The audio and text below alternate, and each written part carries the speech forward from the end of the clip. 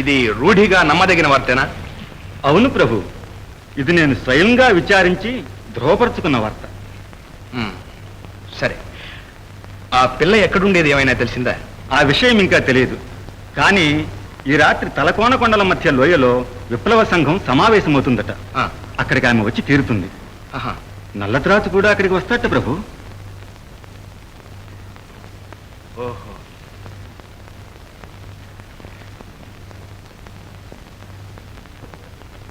దేశంలో శాంతి సౌఖ్యాలు స్థిరపడాలంటే, ప్రభుత్వ దారుణ హింసాకాండ నుండి ప్రజలకు విముక్తి కలగాలంటే ఒక్కటే మార్గం, ప్రజాకంటకుడైన ప్రతాపసింహుని పరిమార్చాలి.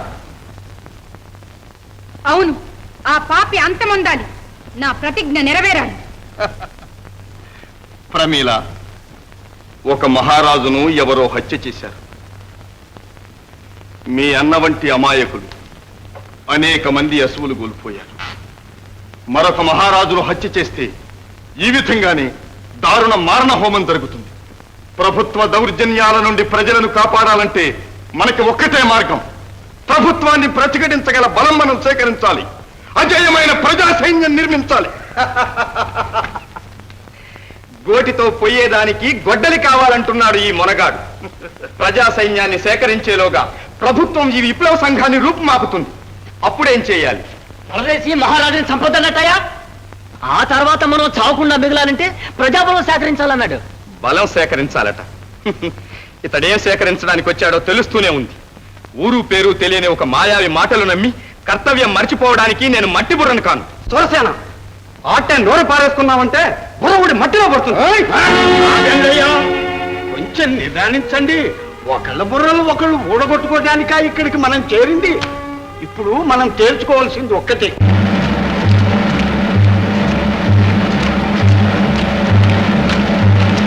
దొంగసాటుగా దెబ్బతిద్దాం. పదండి పదండి పదండి పదండి.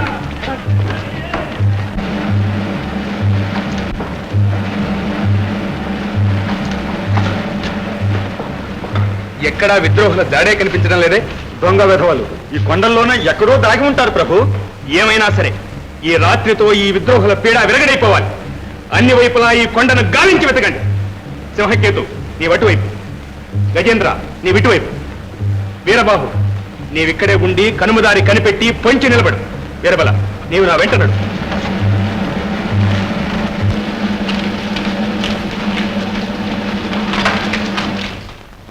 అయ్యా, అడుగో నల్లతాతు.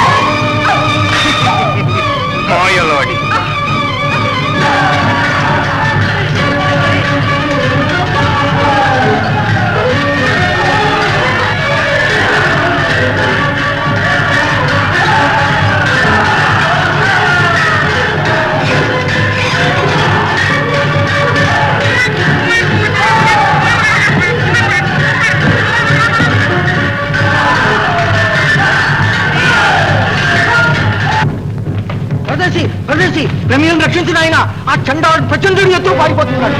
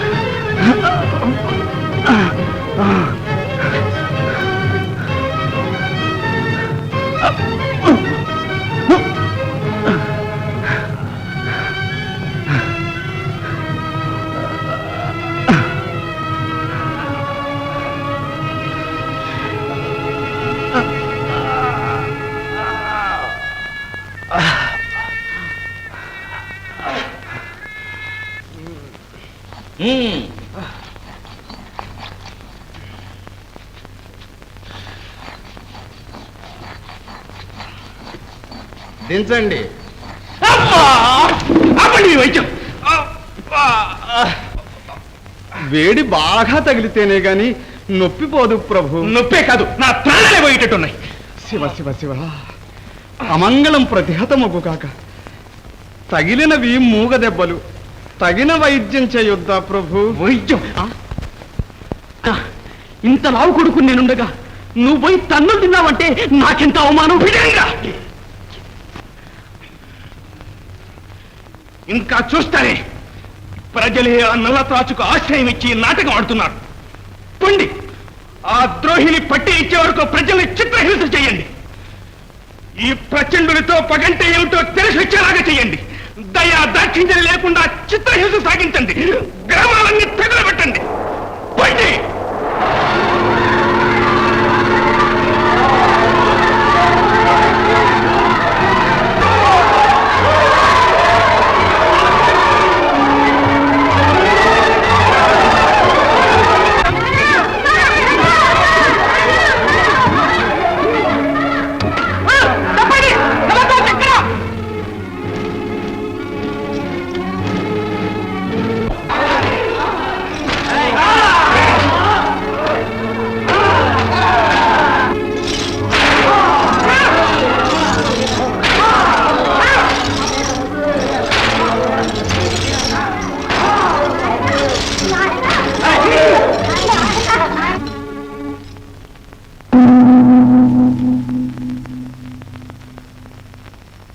సేనాధిపతి ప్రచండుల వారిని తక్షణం రమ్మని మాగ్నిగా చెప్పు.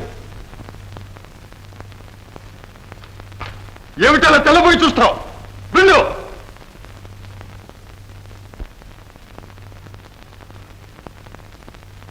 అమ్మా అమ్మా, మహారాజు గారి ప్రవర్తన వింతగా ఉంది. ఆజ్ఞాపత్రం ఏదో వ్రాశారు. ప్రచండుల వారిని రమ్మని కబురు పంపారు.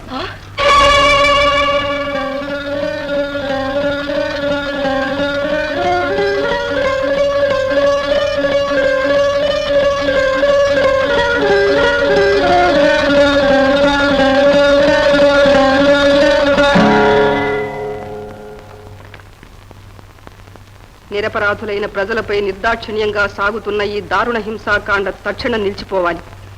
మా అనుమతి లేకుండా ఇంతకాలం జరిపించిన అమానుష చర్యలకు అఖిల ప్రజా సమక్షంలో సేనాపతి ప్రచండుడు సమాధానం చెప్పుకోవాలి.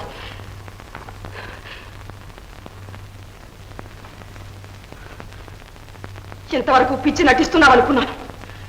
ఇప్పుడు నిజంగా పిచ్చివాడి అయిపోయావు. ఏమిటి ఆజ్ఞాపత్రం?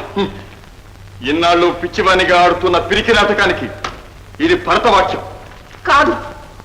నీ పితృహత్య ప్రతీకారానికి ఇది భరతవాక్యం. నీ వీరత్వానికి వివేకానికి ఇది భరతవాక్యం. తన భర్తను కోల్పోయి అసమర్థుడైన పుత్రుని కన్నా అమాయక మాతృ హృదయానికి ఇది అసనిపాతం. నాయన, పర్యవసానం తెలిసి కూడా ప్రచండు పనిన మృత్యుపాసంలో పట్టుబడతావా? అమ్మా, నీవు ఒక తల్లివి. ఈనాడు గతి మాలిన ఈ దేశంలో కన్న బిడ్డల చిత్రహింసను కల్లారా చూస్తున్న వేలాది తల్లుల కడుపు కోతను ఒక్కసారి ఊహించుకో అమ్మా. ఒక ప్రక్క ఈ విధంగా దారుణ మారణ హోమం జరుగుతూ ఉంటే, రక్షించవలసిన ప్రభుత్వం రాక్షసత్వం వహిస్తూ ఉంటే, మహారాజులై ఉండి చూస్తూ ఎలా ఊరుకోగలను? ఊరుకోలేని వాడవు ఈ బాధ్యతంతా భుజాలు ఎందుకు వేసుకున్నావు? ప్రజా చైతన్యమని, దాస్య విముక్తని ప్రగల్భాలు పలికి ప్రజలను ఎందుకు రేకెత్తించావు? నల్ల త్రాచు వేషం వేసి ప్రభుత్వాన్ని ఎందుకు రెచ్చగొట్టావు? ముసుగులో ఉన్న నల్ల త్రాచును పట్టలేక శతమతం అవుతున్న ప్రచండునికి ముసుగులేని నల్ల త్రాచుగా దొరికిపోవడానికా? నిన్ను ప్రభుత్వం బారి నుండి రక్షించడానికి, అష్ట కష్టాల పాలైన ప్రజలను సర్వనాశనం చేయడానికా? కాదమ్మా, వాళ్ళ కష్టాలు నివారించడానికి, ఆ కష్టాల కారకుడైన ఆ పాపికి ప్రాయశ్చిత్తం చేయడానికి, నాకు నా ప్రజలకు మధ్య ద్వేషాగ్ని రగిల్చిన ఆ ప్రచండ చండాలని కట్టిమార్చడానికి. ఆ పాపికి ప్రాయశ్చిత్తం తప్పదు. ఇది నా నిర్ణయం. స్వర్గస్థులైన ధర్మస్వరూపులు నా పితృదేవులే తిరిగి వచ్చిన నా నిర్ణయాన్ని మార్చలేరు. ఈ దేశాన్ని పాలించే మహారాజును నేను, ప్రజలను రక్షించవలసిన ప్రభువును నేను, ఆజ్ఞాపించేది నేను, నా ఆజ్ఞలను పాలించే సేవకుడు ప్రచండుడు.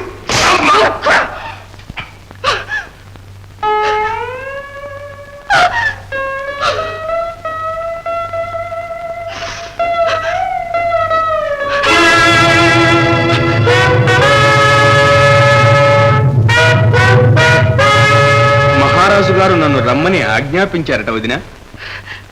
మహారాజు లేదు నాయన, రమ్మన్నది నేను.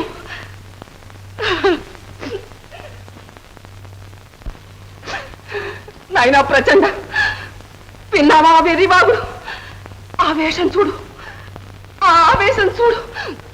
పిచ్చి శృతి మించి రాగాన పడింది. ఈవేళ అతన్ని అదుపాజ్ఞలో ఉంచడం నా వల్ల కావడం లేదు నాయన.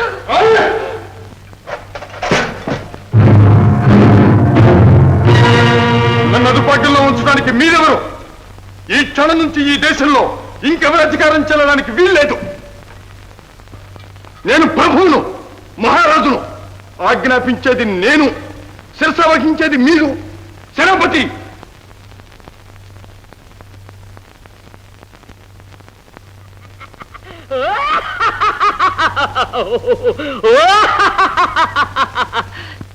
సేనాధిపతి వానిసిగ తరగా పని సరిగసే నాధిపతి వానిసిగ తొరగా పశుపరగసే నాధిపతి వానిసిగ తరగా అథమో నీకు మదమ దద్దమ్మసే తాదిమి తొకదిమి సింగినాదం జీలకర్ర తక జెండు తక దిమ్మి తాదిమి తక దిమ్మి సింగినాదం జీలకర్ర తక జెండు. చూశావు కదా నాయన అబ్బాయి పరిస్థితి. భయపడకు వదిన, అమావాస్య దగ్గర పడుతూ ఉంది కదా, ప్రకోపించి ఉంటుంది. నేను రాజవైద్యునికి కబురు చేస్తాను. వస్తాను. మంచిది.